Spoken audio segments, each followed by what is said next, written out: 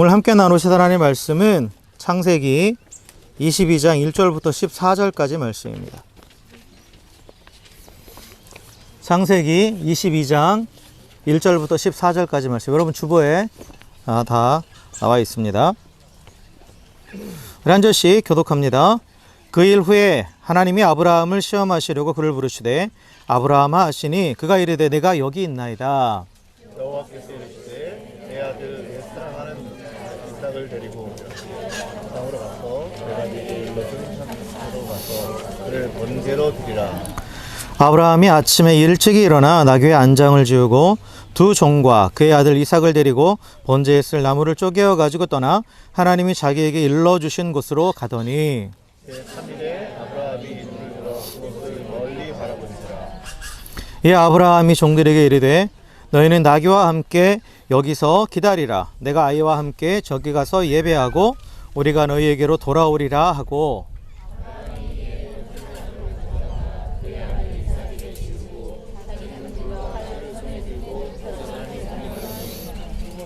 이삭이 그 아버지 아브라함에게 말하여 이르되 내 아버지여 하니 그가 이르되 내 아들아 내가 여기 있노라. 이삭이 이르되 불과 나무는 있거니와 번제할 어린 양은 어디 있나이까.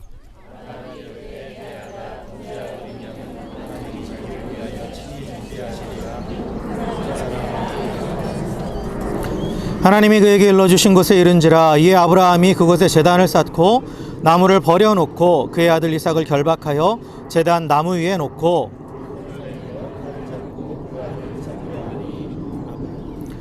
여호와의 사자가 하늘에서부터 그를 불러 이르시되 아브라함아 아브라함아 하시는지라. 아브라함이 이르되 내가 여기 있나이다 하매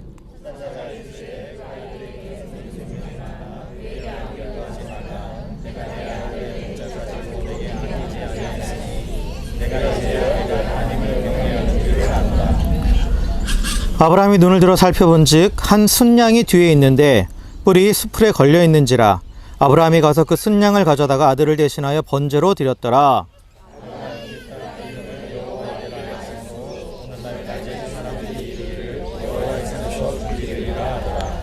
아멘, 아멘, 할렐루야. 네. 자, 야외 예배에 나와서 이렇게 말씀을 나눌 때 설교를 짧게 해야 되잖아요. 예. 근데 제가 지난주에 그 지구촌교회 유영만 목사님하고 이렇게 목회자 수련을 하는데 야외에 나가서 40분을 설교를 하셨대요. 그래서 마음껏 해도 된대요. 못 도망가니까. 그래서 아 그렇구나. 근데 우리 성도들은 제가 50분 설교도 단련이 돼 있기 때문에 네, 어쨌든 무슨 설교를 할까 이렇게 고민을 하다가 갑자기 이 말씀이 떠올랐어요. 아브라함이 하나님 앞에 순종했던 모습, 그리고 그 가운데 나타난 이삭의 모습, 그것을 좀 함께 나눴으면 좋겠다라는 마음이 들었습니다. 그래서 오늘 이제 이렇게 말씀을 나누는데요.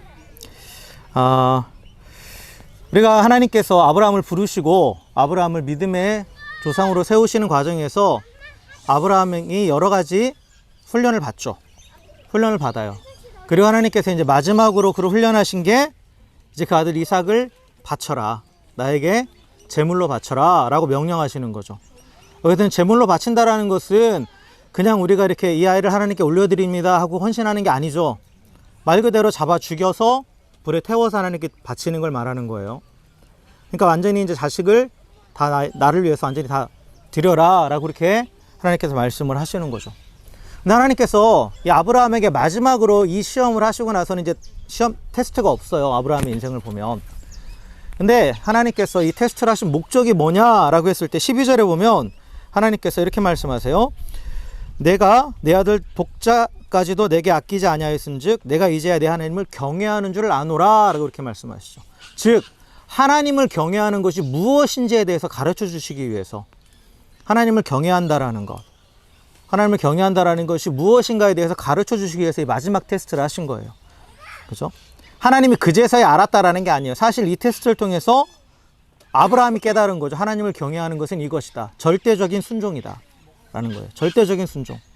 하나님 말씀에 대해서 절대적으로 순종하는 것이 하나님을 경외하는 것이다 라는 것을 배우게 된 거예요. 그걸 몸으로 이제 뼈저리게 느끼게 된 거죠. 느끼게 된 거예요. 그런데 이 시험을 통해서 또 아브라함이 뭐를 하나 또 배웠냐면 하나님을 경외하는 자에게 하나님께서 주시는 복이 있어요. 그게 뭐냐? 예비하심이에요. 예비하심. 14절에 보니까 아브라함이 그 땅의 이름을 여호와 이레라 하였으므로 오늘날까지 사람들이 이르기를 여호와의 산에서 준비되리라. 하나님이 친히 하나님을 경외하는 자를 위해서 준비하신다라는 거죠. 준비하신다라는 거예요. 그걸 배운 거예요. 이삭 대신 번제를 드릴 순양을 준비해 놓으셨죠, 하나님께서. 그걸 배우게 된 거죠. 근데 이제 오늘 제가 여기서 주목하고 싶은 건 뭐냐면 이 아브라함만이 아니라 이삭을 지금 주목을 해야 돼요. 이삭. 자, 아브라함이 하나님 앞에 이삭을 번제로 드리려 할 때 이삭의 나이가 우리 한 15살 정도로 그렇게 추측을 합니다. 15살 정도. 우리 선율이 나이 정도죠. 그쵸? 선율이 정도 나이예요. 근데 이게 번제하는 그 과정을 보면 이렇게 나무도 깔아야 되지, 또 잡기 위해서 이삭을 이렇게 결박해야 되지, 또 눕혀야 되지, 여러 과정들이 있어요. 이삭 모르게 갑자기 이렇게 할 수 없는 거예요. 근데 그 과정에서 이삭이 보인 반응을 보면 가만히 있죠. 가만히 있어요. 잠잠히 있었다라는 거죠. 선율이 같았으면 어떻겠어요? 아버지를 때렸죠. 아빠 미쳤어요 그랬겠지. 이게 지금 뭐 하는 거예요? 막 그랬겠죠. 근데 이삭은 잠잠히 있었다라는 거예요. 이게 참 놀라운 거죠. 이삭이 참 특이한 반응을 보인 거예요. 일반적인 반응이라면 수호 같았어도 어떻겠어. 제정신이 아니라고 막. 응? 그랬겠지. 게다가 아버지는 100세가 넘었고 이삭은 이제 15살. 뭐 이제 막 힘이 막 이렇게 넘칠 그럴 이제 시기인데 충분히 힘으로 제압할 수 있죠. 자기 힘으로. 그런데도 이삭이 말 한마디 않고 잠잠히 있었다라는 거예요. 잠잠히 있었다라는 거죠. 이삭이 왜 이럴 수 있었을까? 그게 좀 고민이 된 거예요, 사실. 이 말씀을 보면서 이삭의 이런 반응은 절대 정상적인 반응은 아니에요. 일반적인 반응은 아니죠. 근데 이 반응이 어디서부터 왔을까? 라면서 곰곰이 생각을 해보니까 여기에 이제 힌트가 뭐였냐면 아브라함이 이삭을 데리고 모리아산까지 가기까지 3일의 시간이 걸리죠. 3일의 시간이 걸려요. 근데 이 3일 동안 이 아브라함 이삭이 뭐라고 얘기한 것 같진 않아요. 근데 아브라함의 심정이 어땠을까요? 말하지 않아도 느껴지겠죠. 뭔가 괴로움과 고통이 있다라는 걸. 그쵸? 그렇잖아요. 아브라함은 지금 자기 아들을 100세에 얻은 아들을 죽여야 되는 그런 상황인데 그래서 하나님 말씀에 순종해서 나아간다고는 하지만 얼마나 괴로웠겠어요. 그죠? 그 괴로워하는 그 아버지의 모습을 봤을 거예요.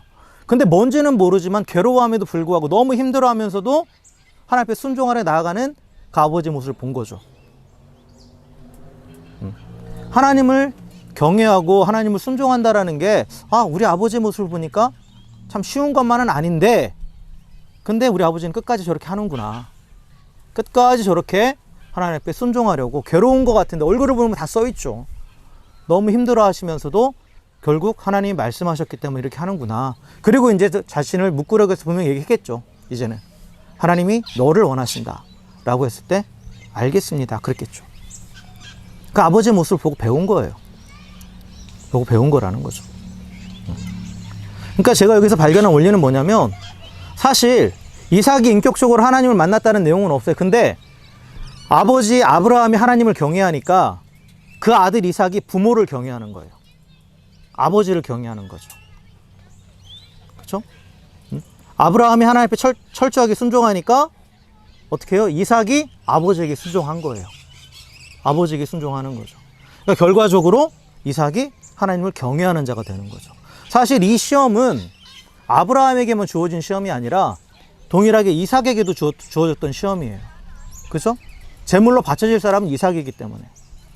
근데 결국 이 시험은 아브라함만 통과한 게 아니라 누구도 통과한 거예요? 이삭도 통과했다라는 거예요. 이삭도 하나님을 경외하는 법을 배운 거예요. 이 상황에서. 나를 들여서까지도 하나님 앞에 순종해야 된다 라는 것을 그가 배웠던 거죠. 근데 그가 이렇게 배울 수 있었던 것은 바로 그 아버지의 모습을 통해서 배웠다라는 거예요. 아버지의 모습을 통해서. 그래서 제가 여기서 드리고 싶은 말씀은 뭐냐면 여기 이제 우리 자녀들과 함께 같이 이렇게 우리 함께 모여서 예배하고 또 오늘 좋은 시간을 가지는데 사실 우리 부모님들 자녀들을 위해서 모든 걸 다 쏟아붓죠. 다 쏟아부어요. 그죠? 사실 둘만 있으면 저는 이제 저희 아내랑 둘만 있으니까 무자식이 상팔자라는 걸 분명하게 느껴요. 내가 쓰고 싶은 거 쓰고 내가 하고 싶은 거 하고. 근데 자녀가 생기는 순간부터 모든 게 다 거기로 투자가 되는 거죠. 모든 시간, 모든 물질, 모든 노력이 다 자녀한테 갈 수밖에 없어요. 근데 정작 중요한 것은 정말 그렇게 부모가 다 쏟아 부어도 자녀들이 과연 만족하느냐? 절대 만족하지 못하죠. 절대 만족하지 못해요. 왜냐? 부모가 아무리 쏟아 부어도 한계가 있거든요. 한계가 있어요. 그래서 그리고 또 이렇게 자녀들에게 다 쏟아 붓는다고 해서 과연 자녀들이 행복하냐? 그것도 아니에요. 그렇죠? 여기 아이들은 조금 다를 수 있는데 한국의 그 아이들 보면 부모들이 얼마나 많이 쏟아부어요? 막 있는 돈 없는 돈 끌어서 학원 보내고 뭐하고 뭐 하는데 다 쏟아붓죠. 근데 아이들은 행복하지 않아요. 행복하지 않죠. 오히려 부모와 자식들과의 관계는 계속해서 안 좋아지고 그런 상황들이 계속 일어나죠. 그래서 부모는 내가 많은 걸 쏟았기 때문에 당연히 아이들이 나를 경외할 것이라고 존경할 것이라고 생각하지만 절대 그게 아니라는 거예요. 오늘 성경이 우리 가운데 가르쳐 주는 건 뭐냐? 부모가 하나님을 경외하는 모습을 보일 때 자녀는 부모를 경외한다라는 거예요. 그리고 그 모습을 보면서 또 하나님 경외하는 법을 배운다라는 거죠. 그리고 부모가 자녀에게 줄 수 있는 가장 좋은 유산은 바로 하나님 경외하는 법을 가르쳐 주는 거예요. 왜냐하면 성경에서 하나님을 경외하는 자에게 주시는 복들이 쭉 나와요. 여러분 경외라는 단어 한번 쳐보세요. 그러면 엄청나게 나오는데 특별히 잠언이나 시편을 보면 하나님의 약속들이 엄청나게 있어요. 여러분 자녀들이 지혜롭게 원하시죠? 지혜롭게 원하시죠? 그렇죠? 근데 그 지혜를 얻는 방법이 성경에 보면 이렇게 나와 있어요. 여호와를 경외함이 지혜의 근본이라 그의 계명을 지키는 자는 다 훌륭한 지각을 가진 자다 라고 이렇게 말해요. 그 지혜의 근본은 뭐예요? 하나님을 경외하는 거라는 거죠. 경외하는 거예요. 그리고 여러분, 여러분의 자녀들이 보호받고 또 든든한 백 가운데 살아가기 원하시죠? 근데 성경은 이렇게 말해요. 여호와를 경외하는 자들아 너희는 여호와를 의지하라. 그는 너희의 도움이시오 너희 방패시로다. 또 시편 34편에 보면 여호와의 천사가 주를 경외하는 자를 둘러 진치고 그들을 건지시는도다. 이렇게 말씀하고 있어요. 또 여러분, 여러분의 자녀들이 비전을 갖기 원하고 꿈을 이루기 원하시죠? 근데 성경에 보면 이렇게 말해요. 여호와의 친밀하심이 그를 경외하는 자들에게 있으며 그의 언약을 그들에게 보이시리로다. 여호와를 경외하는 자 누구냐? 그가 택할 길을 그에게 가르치시리로다. 이외에도 수많은 약속들이 있어요. 하나님께서 약속하셨어요. 여호와를 경외하는 자에게 이 땅을 살아가는 데 필요한 것들을 모든 것들을 결과적으로 예비해 주시겠다라는 거죠. 여호와 이레가 되시겠다라는 거예요.